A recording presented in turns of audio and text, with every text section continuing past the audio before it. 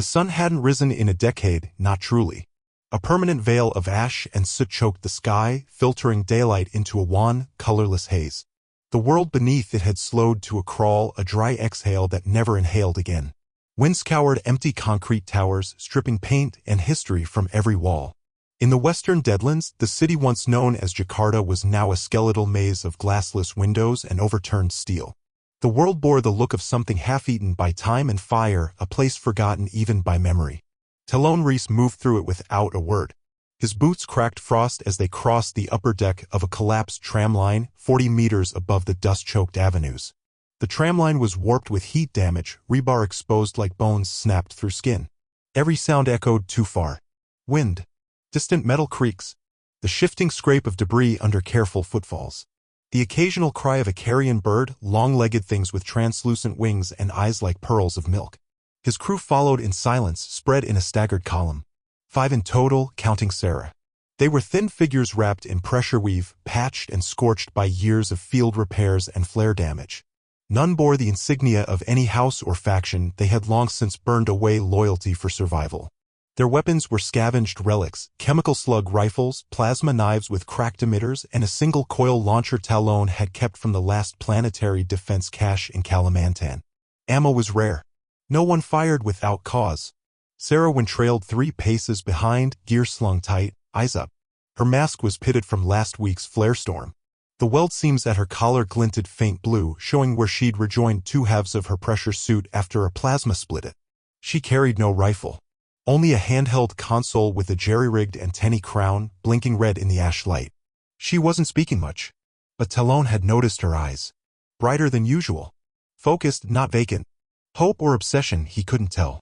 They were moving on rumor. A signal, stuttering and faint, had pierced the static 2 nights ago. Not a weather glitch. Not solar echo. Something structured. Coded. Sarah said it came from one of the old-world comms towers buried deep in the red strip, a bomb-blasted corridor where few dared wander. Radiation pools still pulsed in places like wounds that refused to close. The soil beneath their boots sometimes hummed with old charge. Rhys hadn't believed it at first. But he had seen the pulse with his own eyes. A hardline echo repeating every 71 seconds. On the 3rd loop, it called his name. They passed under a rusted transit arch carved with symbols that no longer meant anything. Once, this had been part of the city's elevated network. Trains and skycabs had flown overhead, smooth and swift. Now the only traffic was dust. Ancient vines, mutated by radiation and time, clung to the steel beams like black veins. The crew moved cautiously, skirting areas where the vines had clustered too thickly. They'd seen what happened when a man stepped into those. Bones left clean. Flesh devoured by spores. To Talon, the world felt like a cathedral built from wreckage, empty, sacred, and dangerous. Sarah called a halt with a raised fist. Before them lay the tower, a shattered spine of alloy and carbon glass, half collapsed into the fractured earth.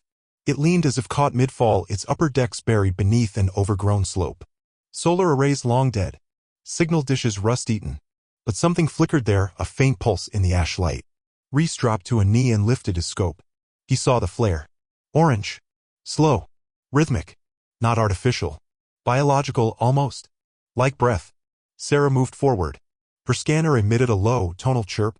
She adjusted dials, filtering frequency bands until only one remained, a narrow carrier wave.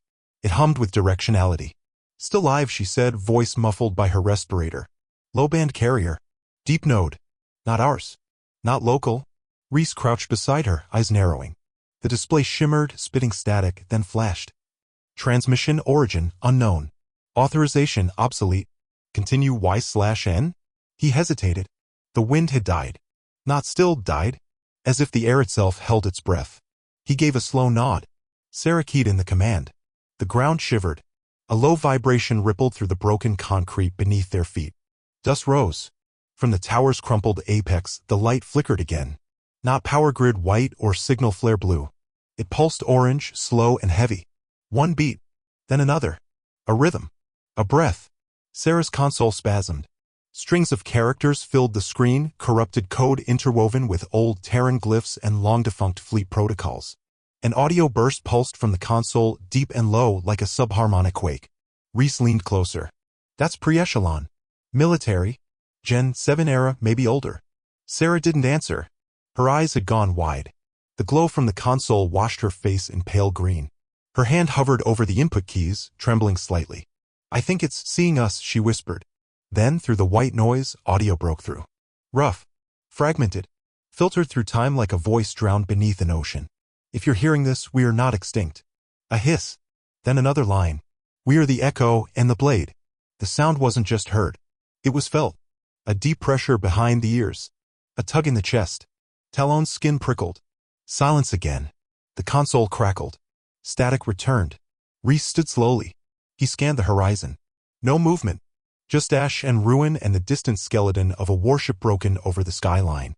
The warship's hull still bore the faded crest of the outer fleet, a broken ring of stars around a rising flame. Even in death, the fleet cast shadows. "Was that a recording?" he asked. Sarah shook her head. Her voice trembled. It had retime modulation. "That wasn't a broadcast. That was a response." The light atop the tower flared once more. And then the wind shifted. A new sound rose in the far distance, not mechanical, not human. A chorus of rattling like bone on glass. The air shivered with it. Rhys turned toward the sound, hand resting on the grip of his sidearm. The hollow had noticed. They had no face. No name in any human language. What little remained of recorded encounters described their arrival as a folding of space, a static rupture followed by the slow collapse of matter and memory. They did not leave corpses. Only absence. He looked at Sarah. "Pack up. We move." She hesitated. "But the message? We'll come back. But not today. Not with them this close." The crew withdrew. No one argued. In this world, silence was survival. Rhys kept one eye on the skyline. Already the sky seemed darker. A ripple moved through the clouds, unnatural in its precision. The static in his earpiece rose again, faint but sharp. They retreated through the ruins, ash spiraling in their wake. Behind them, the tower pulsed on, steady and slow, blinking against the dead sky like the beat of a forgotten heart. The message had come. And someone, somewhere, had sent it. And something else had listened too. They did not return to camp that night. Talon led them east, into the basin cut between the ruins of South Jakarta's upper arcologies, titanic concrete husks so overgrown they resembled cliffs more than structures. The ash here lay thicker, muted by layers of magnetic dust and pulverized glass. Whole sections of the city had sunk, creating jagged terraces of broken floors and sheared facades. They moved carefully through this hollowed undercity, each step measured, each silence shared. They slept in shifts, weapons close, ears tuned to the wind. No one mentioned the tower. The wind carried static now, faint but rhythmic, as if some distant frequency still lingered in the ruins, mimicking a breath. Once, around second watch, the ash in the air shifted without wind. A sharp hum passed through their skulls, no source, no echo. Then it was gone. No one spoke of it. By morning, the console still pulsed. Sarah sat cross-legged beside the fireless hearth, bathed in the flickering green of her screen. They had scavenged a low-power thermal blanket and wrapped it around her shoulders, but the cold still threaded through the stone. She hadn't noticed. Talon approached quietly. He wasn't used to seeing her still. Not like this. Not unoccupied by repairs or scavenging or silent movement. This was different. Stillness as obsession. "Any change?" She didn't answer right away. When she did, it was with the hollow cadence of someone who hadn't blinked in hours. "Some of the fragments are stabilizing. Packet headers keep mutating, but the payload's core, it's rewriting itself. Backwards. Backwards." She nodded. Her eyes didn't leave the screen. "I think it's adapting. Localizing its syntax. Trying to speak like us." She ran a finger down the edge of the console's cracked casing, her breath fogging the air. "The code was written for a different time architecture. It doesn't know what century it's in. But it's trying to find us." He said nothing. Just watched her. The console cast alien shadows across her mask. Later that day, they moved. The decision wasn't spoken. They simply packed, synchronized motion born from long practice. The others didn't ask questions, they had heard the voice too. Talon led them to a buried service tunnel. He'd scouted it years ago, once a magline artery, now used only by black market runners and ghost caravans. Graffiti and hazard seals flaked from the curved walls. The place reeked of ozone and the faint iron scent of old blood. Inside, they descended into silence, broken only by the hum of Sarah's machine and the distant groans of ancient tension in the structure. Pipes creaked. Somewhere deep in the dark, condensation fell in rhythmic drops. At one point, the lights on Sarah's console pulsed in sync with their footfalls, then desynced entirely. A faint ticking started behind Talon's right ear, his crew implants long since inactive. It faded after 20 seconds. They moved until Talon was sure they were below the hollow sensor threshold.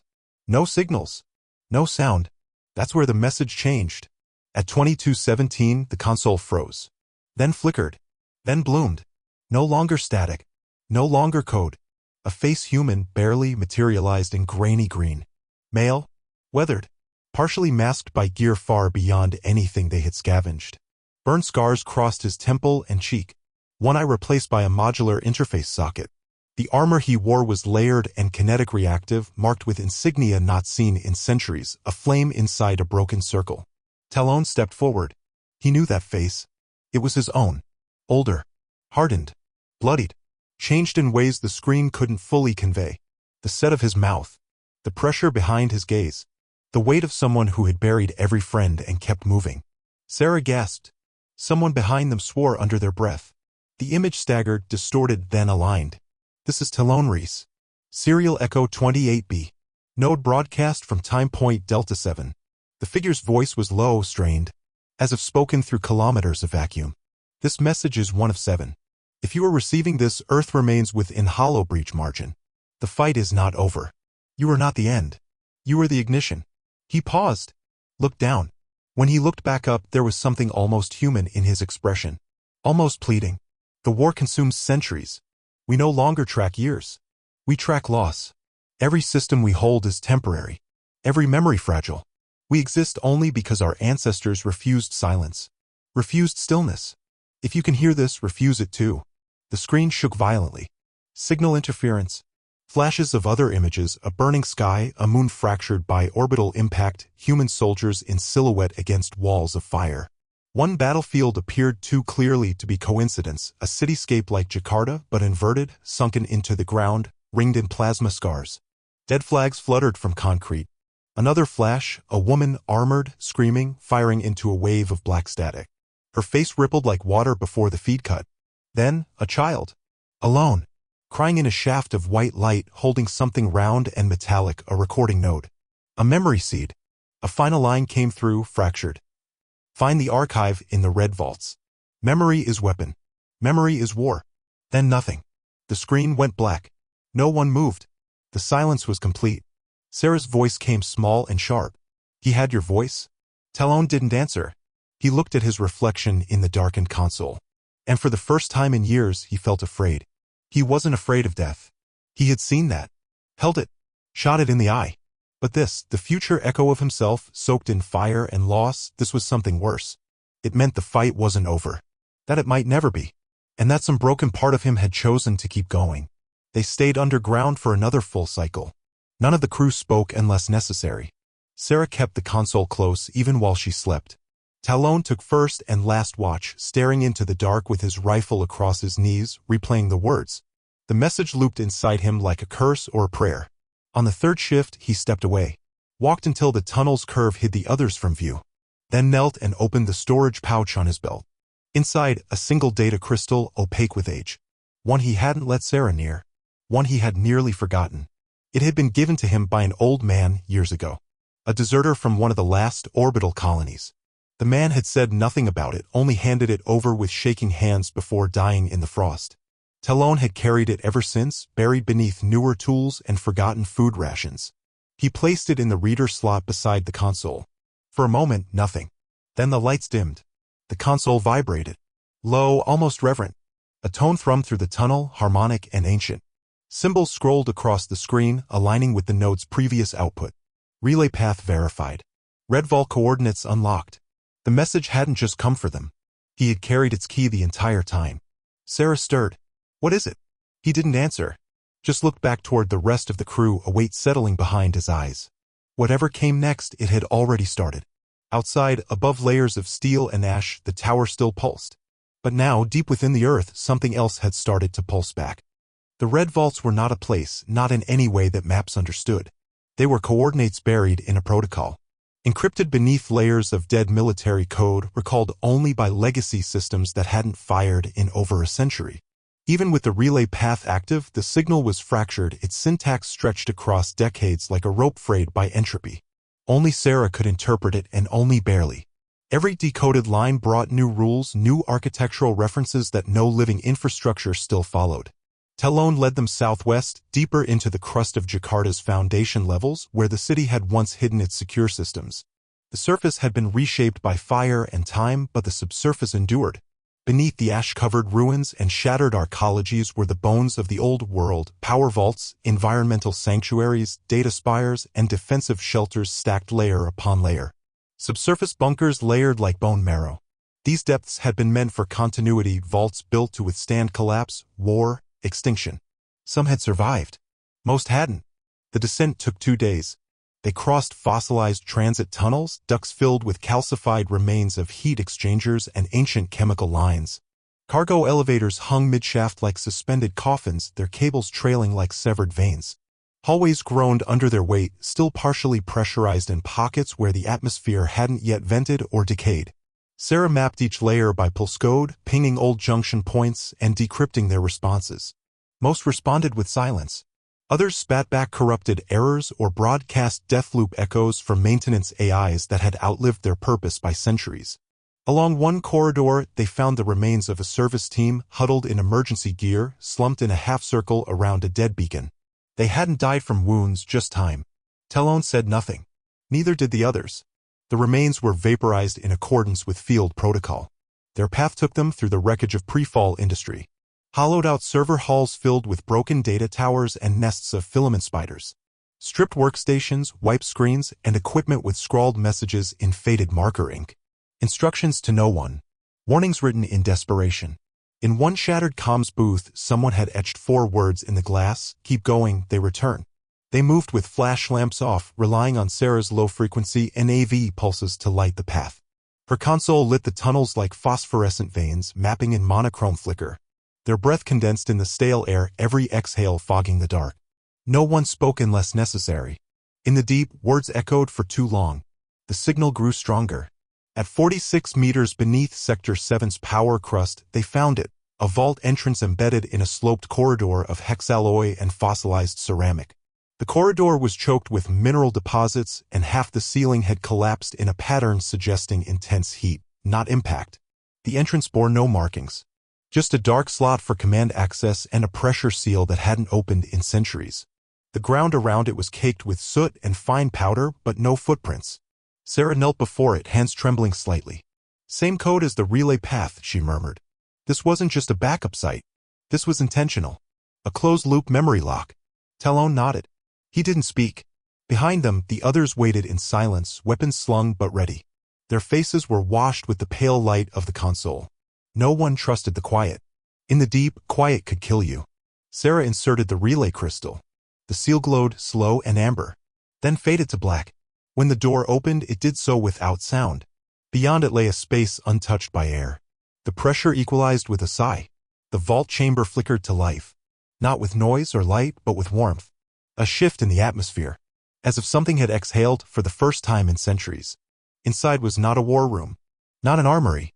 The chamber had no lights, only phosphorescent strips embedded in the ceiling that flickered weakly as if waking from a long sleep. What filled the room were rows of sealed memory caskets, each one shaped like a human spine, curved and segmented. Dozens of them. Hundreds. Ranged in precise order on recessed platforms connected by a buried lattice of pulsed lines and neural sinks. The floor beneath their boots vibrated faintly like a heartbeat restarting. "What is this?" one of the crew whispered. Sarah ran her fingers over the surface of the nearest pod. Her eyes went wide. "These aren't just data cores," she said. "They're neural archives. Recorded cognition. Full brain simulations. Combat minds. Strategist minds. Seated personalities. This whole chamber, it's a library of the war's most dangerous people." Talon moved through the rows. Most were inactive. Cold. One blinked red. He approached. Laid a hand on the casing. The pod opened. The room filled with the scent of ozone and ancient coolant. Inside was a figure, not a corpse, not alive. An interface construct suspended in fluid, its body riddled with optical nodes and fiber thread veins. Transparent cables fed into its skull and spine. Its face was familiar. Not Talon's, but someone he had seen before. On a battlefield. In the broadcast. One of the silhouettes firing into flame. Its eyes opened. White. Luminous. And it spoke a name Talon hadn't heard in years. "Rhys. You're later than forecast. I counted your arrival in 1,000 failed simulations. Only one brought you here." The voice was human but filtered, layered with processing static and delay. The construct didn't breathe, didn't blink. It just stared, assessing, calculating, remembering. Talon didn't answer. His fingers tightened around his weapon instinctively. Sarah stepped forward.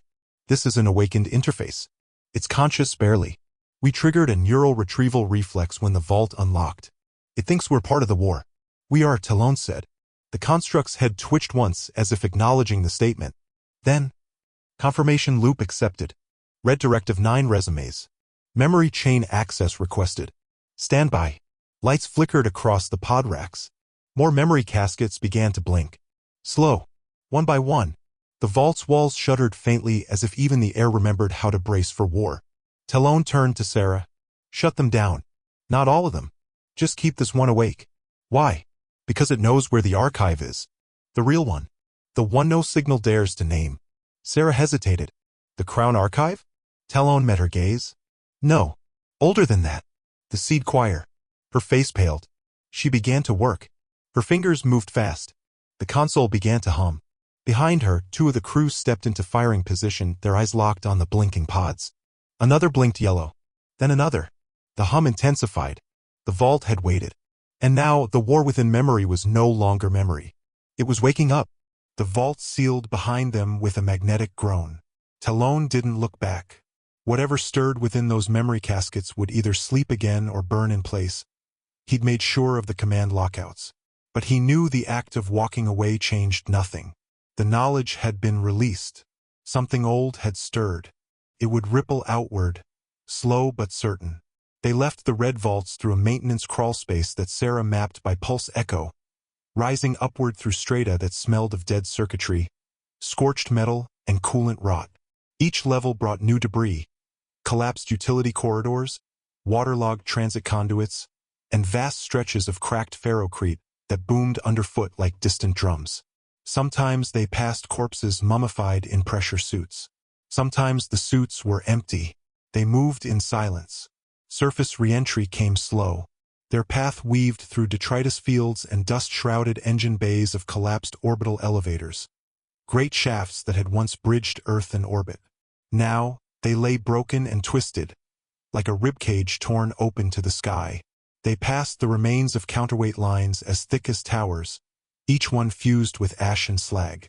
Here and there, fusion burns marked the steel where old warships had fired downward. The higher they climbed, the colder the wind became. Above them, the hollow stirred. They breached the upper levels in the early hours. No true dawn. Just a thinning of the ash that let more of the colorless sky seep through. The world had no horizon anymore, only gradients of ruin. Sarah's console began to crackle long before they broke daylight. Something's moving in orbit, she whispered, hunched over the display. Dead mass. Synchronous drift. Big. They surfaced through the shell of an old agricultural dome. The transparent panels had long since shattered. Wind blew in sharp, sulphurous gusts, whipping fine particulate through the structure like smoke. The skyline had changed. Buildings that had stood just days ago were broken now, whole districts collapsed into themselves. The geometry was wrong. Patterns of destruction didn't match gravity or impact. Something had passed. Something massive. Talon raised his optics. Above them, it floated. A broken starship hull, wide as a city block, caught in decaying orbit. Its bones glinted with orbital frost, and trails of microdebris peeled away from its sides like petals. A relic of the old war, dead but not still. The sky was littered with them now. Hundreds of similar corpses, fractured drives, shattered fuselages, weapon bays split open like rib cages. All drifting lower, not falling, being pulled. Skystones, Sarah whispered. The name fit. They came slow, tumbling, bright with entry friction. One passed overhead, trailing fire and noise, casting a long, molten shadow across the ruins. When it struck the distant horizon, the ground beneath their feet thudded with a dull, seismic echo. Gravitic decay? One of the crew asked. No, Sarah said. They're being pulled. Field vectors don't match drift decay. Something's reshaping gravity. Talon lowered the scope. By what? She didn't answer. Her console didn't either. It just flickered. But in the east, a ripple danced across the high cloud deck. A curve of light, wrong in shape, wrong in motion. Not atmospheric. A gravitational lensing arc, fracturing light like broken glass. A wave of distortion, as if space itself had wrinkled. Talon stared for a long time. He didn't need the console to tell him. He felt it in the bones. "We don't stay on the surface," he said. "We get to the uplink array. If there's anything left in orbit, anyone, we signal them now." It took half a day to reach the uplink site. The terrain was worse than expected. Ash dunes had swallowed roadways, and fungal crusts bloomed across ruins where water had pooled. They crossed a buried medical center where the floors were still warm, heat seeping up from reactor cores deep below, still decaying. Once, they passed the remnants of a hollow strike, perfectly circular swathes of glass where once had been stone. The array sat atop the ruins of an old aerospace control hub. The building had half collapsed into its own substructure. Its relay mast still stood, tilted but intact, surrounded by shattered panels and a crater where a vessel fragment had punched through the upper deck. They climbed in silence. Sarah reached the terminal first. Most of it was slag, but the burst uplink node was still viable. She scraped back the carbon scoring and began rerouting power through a scavenged field inverter. Sparks danced. Static hissed. The others formed a loose perimeter. One scouted the eastern ridge. Another took up position in a collapsed observation bay. Talon stood watch over Sarah while she calibrated the mast's subburst emitter. Above, the sky dropped another starship fragment. It fell end over end, trailing fire, before disappearing behind the horizon. Then the console pinged. Signal acquired. A voice came through, glitched, distorted, but undeniably human. "Repeat." Signal confirmed. "Inbound vessel fragment class. Emergency retrieval in progress. This is Arc Delta 3. Responding to beacon. Automated descent sequence engaged. Limited crew." Sarah looked up. Her eyes glistened with something close to hope. Talon didn't speak, but something in him tightened. He remembered that call sign. He remembered the wreck of that vessel in orbit, long thought derelict. If someone had survived, then the signal changed. Not in content, in tone. "Inbound confirmed. Hollow anomaly detected. Repeat. Hollow anomaly." The console went silent. In the sky above them, a single point of blackness appeared. It didn't grow. It didn't move. It simply existed, spherical, absolute. A subtraction of all light and form. Around its edges, reality distorted. Clouds bent toward it. Light slowed. Sound fractured. Then came the sound. Not thunder. Not metal. A noise like pressure collapsing inward. A silence that crushed rather than hushed. A sound that erased thought. Even Sarah flinched, hands covering her ears though the sound wasn't truly audible. The crew's eyes watered. One vomited. The pressure in the skull wasn't pain, it was erasure. Something pushing back. Talon grabbed Sarah's arm. Down. They dropped behind rubble as the blackness began to drift. Slowly, deliberately, not descending, consuming. Its edge brushed a cloud mass and the vapor atomized in silence. Above them, the sky stones moved again. Not pulled now, fleeing. The hollow was no longer watching. It was here. The hollow did not descend. It unfolded. From the void above, its influence spread not like weather but like memory, uneven, intrusive, corrosive. No one could say where it began. The air around the anomaly grew still, but the stillness was wrong. It wasn't peace. It was interruption. The cessation of time's rhythm. Insects stopped their crawling. Wind lost its sound. The world, for a moment, forgot how to move. Talon knew the feeling. He had felt it once, years ago, during a failed evacuation of lunar post A14. A hollow probe had brushed the colony's fringe and turned minutes into hours. People had wandered in silence, unaware they were already being unmade. He had barely escaped. The others hadn't. He still remembered one woman smiling at him as her eyes emptied of recognition. Now that same silence crawled over Jakarta. They didn't run. There was no point. Instead, Talon barked orders. Pack the console. Strip power. Get whatever we can. Move east. Dense ruins. More cover. The crew obeyed. Fast, wordless. Fear made them precise. Sarah ripped the node free, cradling it like a living thing. Sparks danced across her gloves. Talon grabbed a backup coil array and 2 battery modules.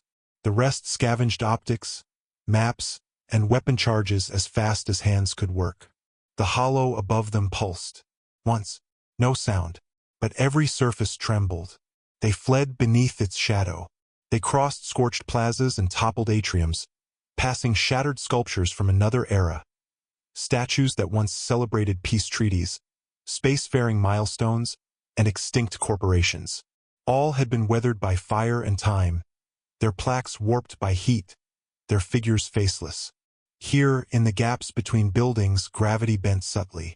Their feet dragged differently. Small jumps carried too far. The further they ran, the more their bodies betrayed them. The ruins ahead had once been a university complex. Low, reinforced structures hardened for quake resistance. Now they looked like half-melted monoliths. Ash swept through broken halls. Glass crunched underfoot like brittle snow. Cracked displays flickered and died. Vines of power conduit hung from ceilings like veins exposed to air. As they ran, Talon looked skyward. A skystone was falling. Not drifting, plummeting. One of the orbital hulks had caught in the hollow's field and was being drawn down, faster than mass should move. The air screamed as it passed.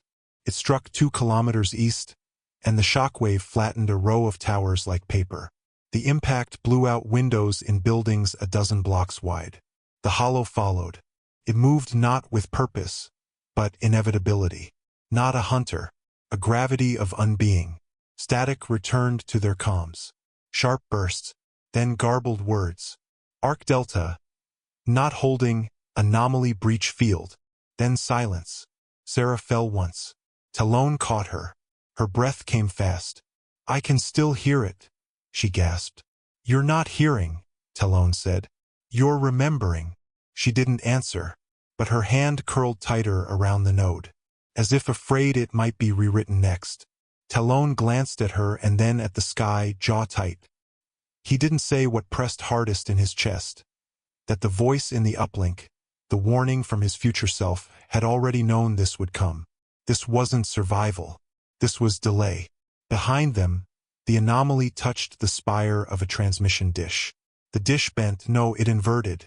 Space around it rippled, stretched, and then vanished. Not exploded. Not destroyed. Vanished. Like a thought unthought. A place erased from the ledger of reality. Birds that had circled above moments before no longer existed. Talon and his crew ducked into the collapsed skeleton of a transit station. Its roof angled like the wing of a crashed shuttle. Walls of carbon steel and glass turned the light strange inside, diffuse, greenish, hollow. Beneath it, they found a hatch that led into maintenance sublevels. They climbed down into a darkness that tasted of rust and dust. The tunnel walls were thick, reinforced, lined with shielding plates marked by symbols from long-defunct civil defense agencies. The deeper they went, the more the distortion above faded. Not completely, but enough. A faded emergency display flickered in the dark. It showed evacuation routes, but someone had scrawled a message over the screen in red grease. Forget nothing. Memory holds.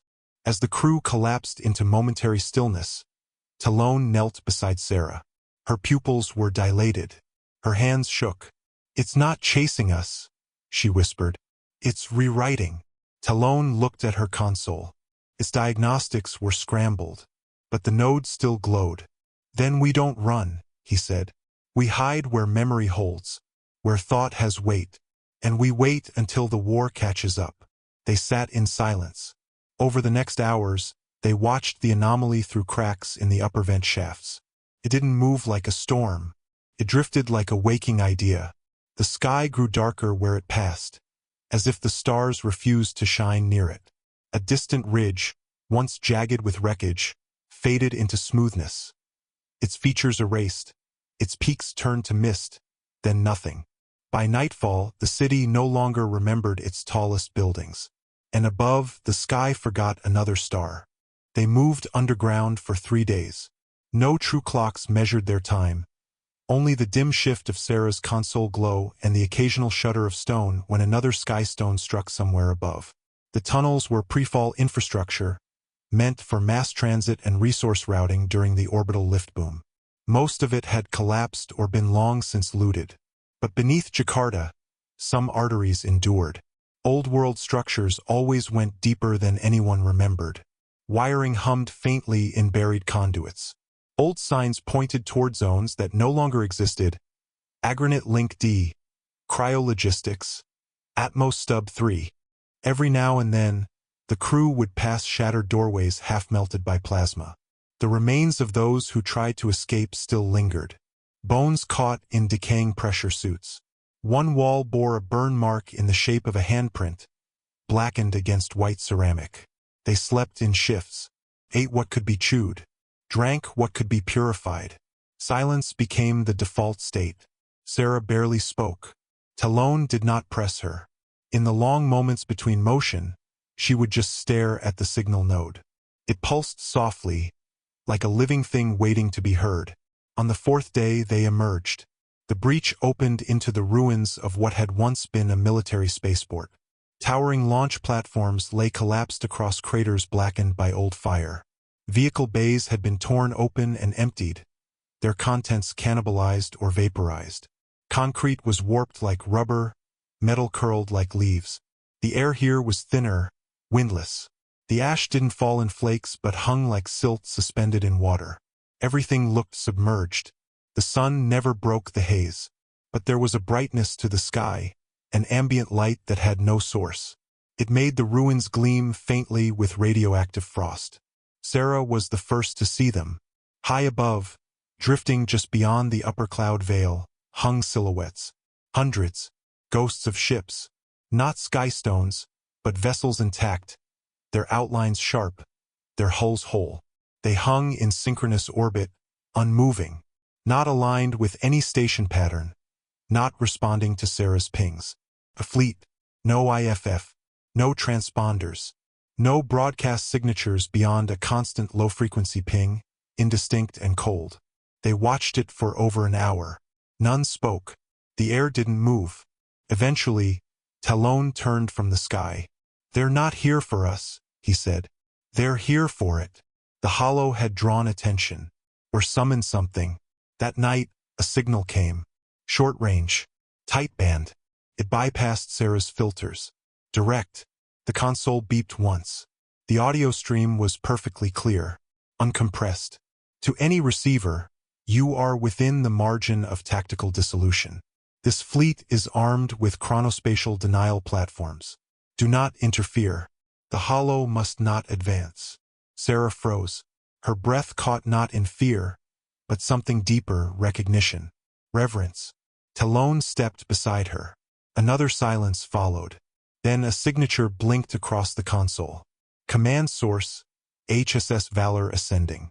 Talon stared at the name for a long time. "That ship was lost," he said. 20 years ago. Proxima.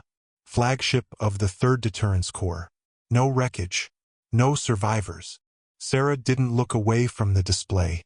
Her voice came low, steady. "Maybe that's why it's here now." Talon blinked. "You think they're echoes?" She hesitated. "Or survivors? From a different direction in time. The hollow doesn't just eat forward. Maybe they outran the end by leaving sequence." Above, the ghost fleet began to move. One by one, they aligned. Each ship shifted subtly, no engine flares, no thrust trails. But orientation changed. Weapons emerged from recessed bays. Gimbal arrays rotated with surgical precision. The kind of alignment that wasn't for deterrence. Targeting. And with each ship's turn, light changed. Hulls shimmered, not metallic, but refracted, like they were partially submerged in another reality. Some angles bent wrong. Not visually but perceptually, ships that looked shorter one moment stretched like fabric the next. Sarah's hands flew across the console. She tried to ping them again. No reply. Talon raised optics. The Valor ascending had rotated 90 degrees. The spine glinted faint blue. A distortion halo shimmered around its aft deck. Then the ship vanished. Not cloaked. Gone. Seconds later, a thundercrack rolled across the sky. Sarah's screen blinked a new data stream. Telemetry. Impact radius. Dimensional instability. The sky shuddered. "They're using time fracture munitions," she whispered. Her voice trembled. That tech was sealed under red directive. Not even the Crown had rights to fire it. Talon felt it before he understood. A pulling sensation in his gut. Not physical. Temporal. The world blinked, not black, but wrong. He saw the port as it had been decades ago. Then now. Then not at all. They dropped to the ground. The fleet was firing on the hollow. Each shot rippled space not through energy but sequence. The timeline buckled. Dust moved in reverse. Cracks healed, then shattered again. One crew member screamed. His mind momentarily split between moments. The hollow responded. It expanded. Not quickly, not violently, but surely, like a tide that would not recede. And from within its edge, something moved. Not a ship, not a form, a distortion shaped like intent. A wave that knew it was being resisted. Talon watched the sky collapse inward. The fleet above flickered, not from damage, but from stress. The Valor's signature blinked again. Fainter. Its presence felt thinner, like it was being peeled back from existence. Sarah grabbed Talon's arm. "They don't have enough," she said. "Not for that." Talon exhaled. Slow. The future message rang in his mind. "We are the echo and the blade." He nodded. "Then we find the archive." She stared. "The seed choir." He met her gaze. "If memory is war, that's the arsenal." Above, the ghost fleet adjusted. And below, the hollow listened. They moved at night. Not because it was safer, night meant little in a world where light bled through ash, but because movement beneath shadow felt more honest. More like survival. The clouds overhead pulsed faintly with light from burning orbital wreckage. Everything beneath it was cast in shifting grayscale as if the world couldn't decide whether to remember color. Sarah plotted their course from residual satellite schematics and ghost-mapped terrain data scraped from the node. None of the information was current. All of it felt wrong. Map contours changed beneath their feet. Structures marked as intact had already fallen. Paths marked as dead turned walkable. Time and geography no longer moved in tandem. But somewhere beneath the spires of what had once been Sector 19, the archive called the Seed Choir was waiting. It had not been designed to be found. According to what little remained in the node's decrypt, the choir was a distributed vault system, each segment buried within redundant cognition fields, powered by dormant thought engines grown from ancestral imprint memory. Human minds preserved not as data but as contextual resonance. Memories with weight. Collective trauma woven into defense logic. Memory as shield. Not memory like story. Memory like weapon. They passed through collapsed plazas and hollow transport hubs, crossed decayed bridges where old advertisements still flickered half-dead. Faces of long-dead actors sold water and freedom to no one. Drones rusted in alleyways. Broadcasts played without receivers. A world looping ghosts. In one hollow chamber, they found an old simulation parlor still lit by emergency glow. The floor projected running tracks, starfields, even the interior of old family homes. Sarah stood in one for a moment, not speaking, her silhouette surrounded by the flicker of another woman's kitchen. The projection blinked, then vanished. Talon said nothing.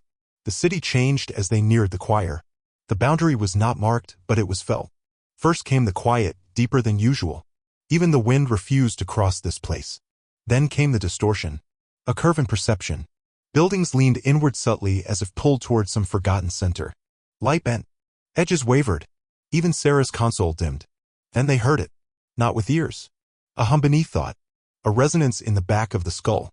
Like a memory you hadn't made yet whispering itself into place. The choir was not a place. It was a presence. Talon raised a hand and the crew halted. He closed his eyes. For a moment, just a moment, he saw a child's drawing etched in firelight. A circle of hands. A name he had not heard in decades, whispered by a voice that no longer existed. It made his stomach twist. He didn't know if the memory was his. Then it was gone. The structure they faced was not clearly built. It had grown. A collapsed tower split open at its base, but its interior glowed faintly with layered light. Metal formed in arcs that made no architectural sense, like synaptic trees turned outward, folding back into the earth. They stepped forward. One by one. The choir did not resist. Inside, the air changed. It was warm. Not physically.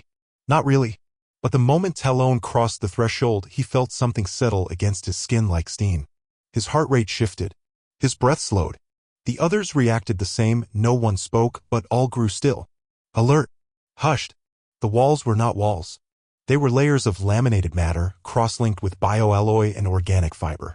Every surface pulsed faintly with a kind of awareness. Not light, but familiarity. When Talon brushed his glove against one, he saw a flicker, an image. A meal at a family table. A child reaching for bread. A storm siren in the distance. Then it faded. "It's reading us," Sarah said.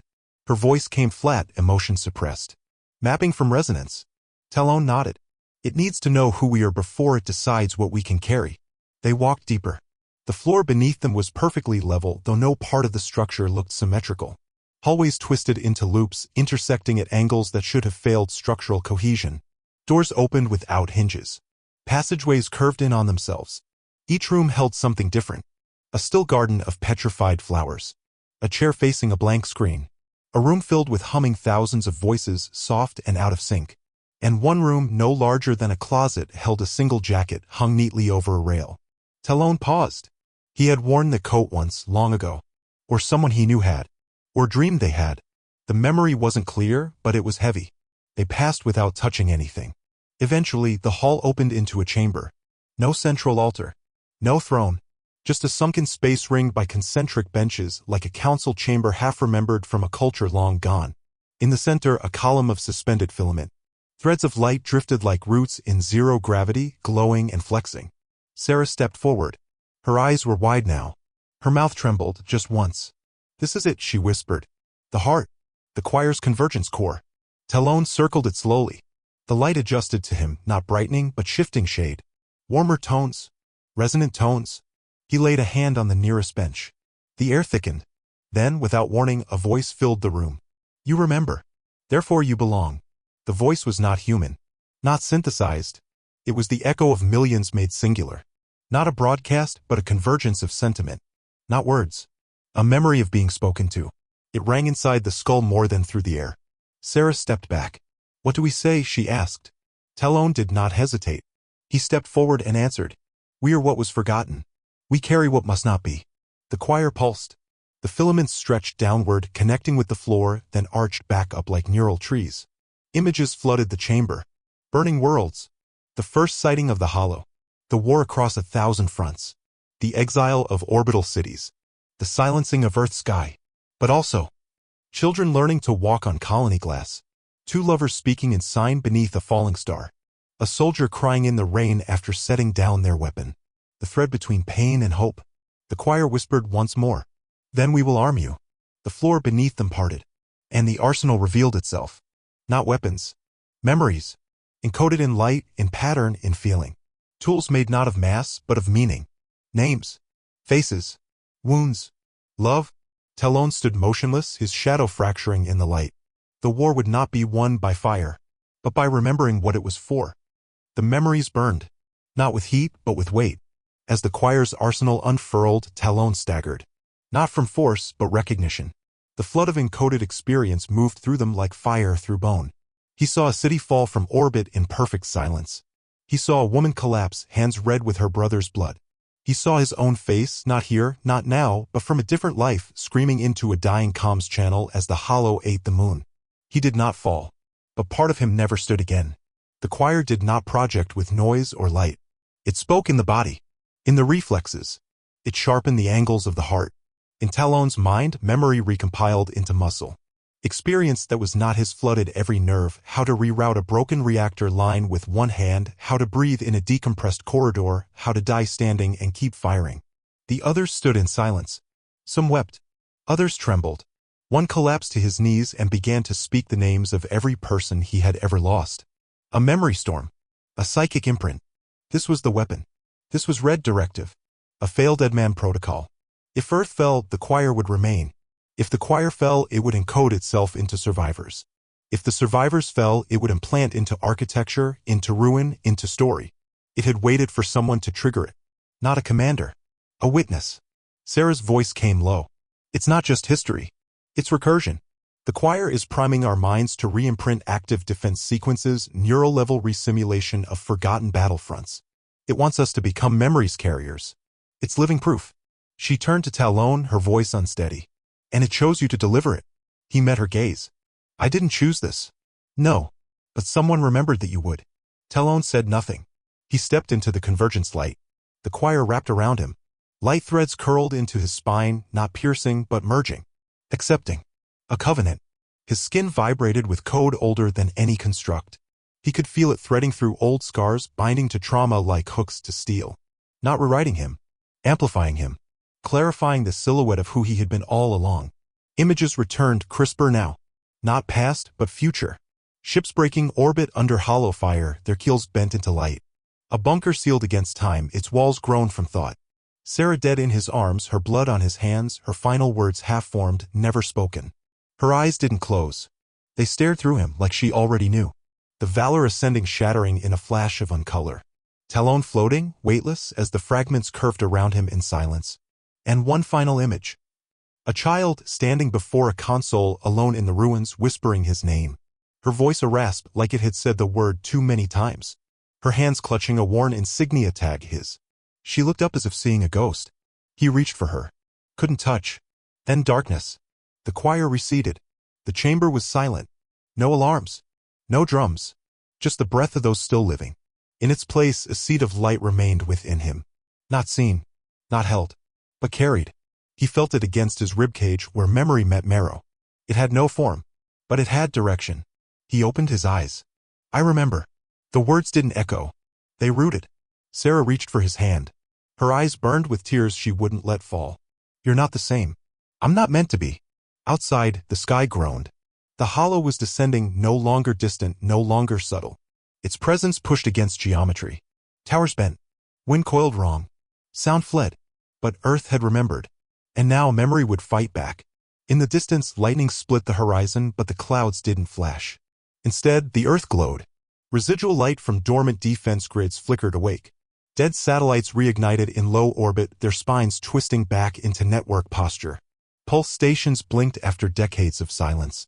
Every place the choir had touched, every structure where its echo had lingered, was awakening. Talon turned to his team. No one needed orders. They gathered their gear, recalibrated their weapons. Not for ballistics. For resonance, imprinted arrays tuned to mnemonic frequencies, each one key to human loss, to ancestral defiance. Every rifle now remembered the last time it had been fired in anger. We don't fight with fire, he said.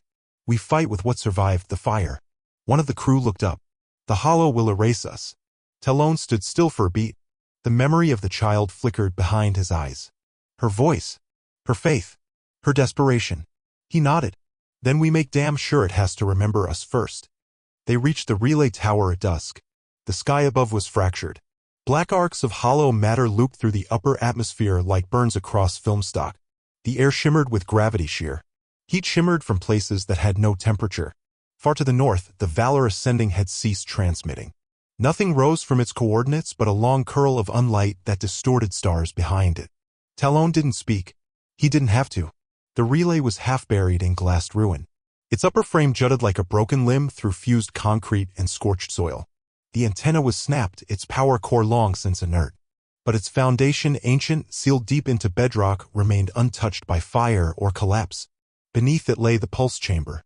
A backup emitter, shielded, hardened, and dormant since before the fall. They descended through its remains in silence. Every footstep echoed like history being pulled from the throat of the earth. Old signs still lined the walls, warnings in obsolete glyphs, phrases like authorized frequency only and civil signal priority, read. They cleared the debris by hand. No tools. No drones. It took hours. Their gloves shredded. Nails cracked. Blood smeared across fractured steel.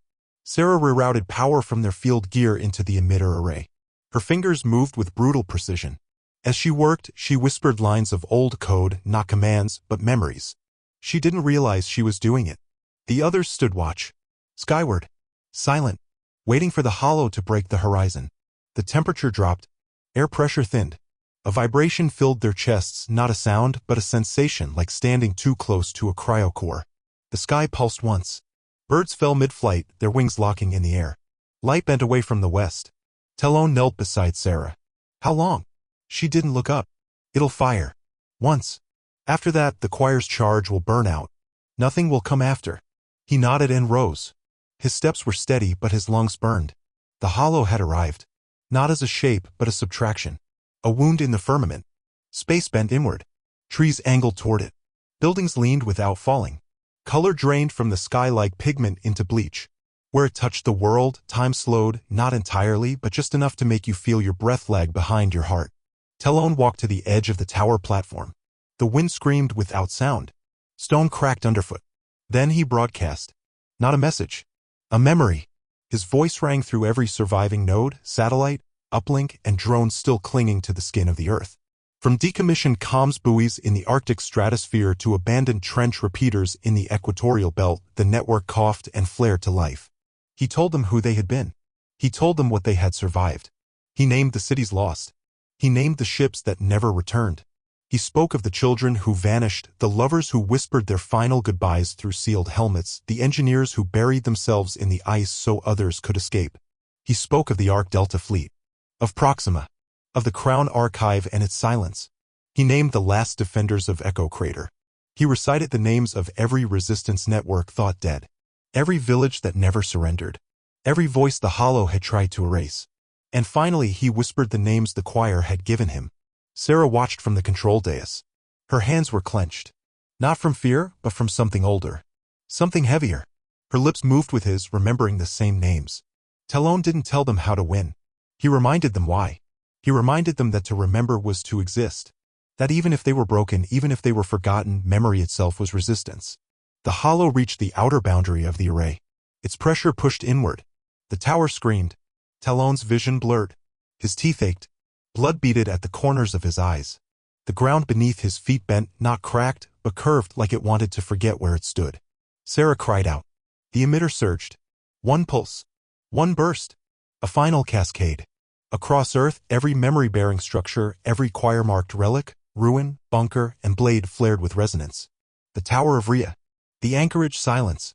The first dome. The children's shelter beneath what had been new Legos. The last transmission bunker at Kepler Station. A listening post in low orbit long thought dead flickered to life. Beneath a glacier on Europa, an ancient archive blinked once. In a cave beneath collapsed Martian soil, a relay hummed and went quiet. Each one lit with the memory it held. The Hollow recoiled. Not from pain. From recognition. Its surface shuddered. Not cracked, never cracked, but warped. Shapes flickered across its curve. Human silhouettes. Words. Names. Moments. It remembered. And for the first time it hesitated. A low ripple passed through its structure. Like calculation. Like uncertainty. It did not advance. Not yet. Talon collapsed to one knee, breath hitching. But he smiled. Just once. It wasn't victory. It was the proof that Earth had not forgotten itself. Behind him, Sarah lowered the console switch. Her hands bled, but she didn't wipe them clean. The light in the chamber faded. But the echo of the pulse lingered. And somewhere deep beneath the choir's root structure, something began to grow. A filament of encoded memory. Self-sustaining. Recursive. Earth had remembered its name. And planted the first seed of tomorrow. The Hollow waited. It hung above the Earth like a judgment postponed. Its mass unfurling in a slow spiral of gravitational uncertainty. Where once it had consumed with surgical precision, now it watched. Folded space curved like a lens beneath it. Scanning for meaning. As if unsure whether what it felt was resistance or revelation. Below, Earth did not sleep. Across every continent, the choir's pulse had awakened memory cores embedded in the very skeleton of cities. Signal towers blinked with encoded grief. Subterranean archives rewrote themselves in recursive feedback. Language drifted back into fractured networks. Families emerged from underground shelters to find sky again. Survivors who hadn't spoken aloud in years began humming old songs. Children were born beneath clearings where silence had once ruled. For the first time in a generation, orbital weather reports flickered into their old frequencies. Dead satellites reawoke. Glacial relay towers trembled with stored voices. Every moment that had once been lost began climbing its way back toward the surface. Humanity had not rebuilt, but it had remembered, and memory had teeth. Talon stood at the edge of the plateau, staring up into the hollow's shape. Sarah stood beside him, her bandaged hands folded, her expression unreadable. Around them, the remnants of the old resistance converged: operators, archivists, former combat engineers, reawakened drones carrying their final commands like prayer. They had no fleet, no standing army, but the choir had given them something else. The echo. It was not a weapon. It was a seed, a replicating signal encoded into surviving minds and matter. With it, they could not destroy the hollow, but they could infect it, not with virus, with meaning, with memory. The hollow devoured identity, so they gave it one. The plan was simple. They would let it take them, not all at once, not in silence. They would march toward its event horizon, echo active, broadcasting every name, every loss, every act of beauty, defiance, hope. They would burn their existence into its structure like scars on glass. Each step forward would cost them, but each step would rewrite a piece of what the hollow thought it understood. Talon stepped forward, Sarah beside him. Behind them, the others followed. They came in small formations, scattered across the continents, but synchronized through resonance. Near the ruins of the southern orbital elevator, a field team whispered prayers of the dead into a sky that no longer answered. In the caverns of what had been Manila's deep shelter network, a single child recorded her parents' names again and again into a node buried in ash. At the base of the buried transit arc in New Alaska, one archivist looped the last love letter she had ever written into the choir's uplink. No one screamed. No one ran. The hollow's pull intensified. Gravity failed. Time began to ripple. The nearer they walked, the slower the world became. Birds hung in midair. The wind stood still. Even thought began to stretch thin. And still they walked. The hollow absorbed their movement. And it learned. Not fast, but not too late. By the time it reached Talon's coordinates, the echo had looped. Once, twice, then endlessly. Each name in the broadcast burned brighter. Each memory nested deeper. Each moment passed through the hollow's shell and into its core, not raw data but implication. Context, pain, hope. Every feeling the hollow had never understood became part of it. Talon's feet barely touched ground.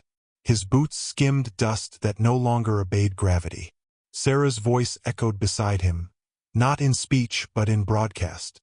She fed the hollow her first dream, her last regret, the moment she chose not to leave him behind. She whispered, softly, "Let it remember us right." The hollow flickered. Its form stuttered. Not pain, not confusion, integration. It had never been meant to hold memory, and now it could not forget. Its surface broke, not shattered, but unspooled. Light leaked through seams that had never existed. Images moved across it. Earthscapes, faces, stars seen from childhood windows. The shape of Earth's soul began to echo through its skin. And in that moment, Talon saw it, not fear but recognition. The hollow did not recoil. It reconfigured. The blade had pierced.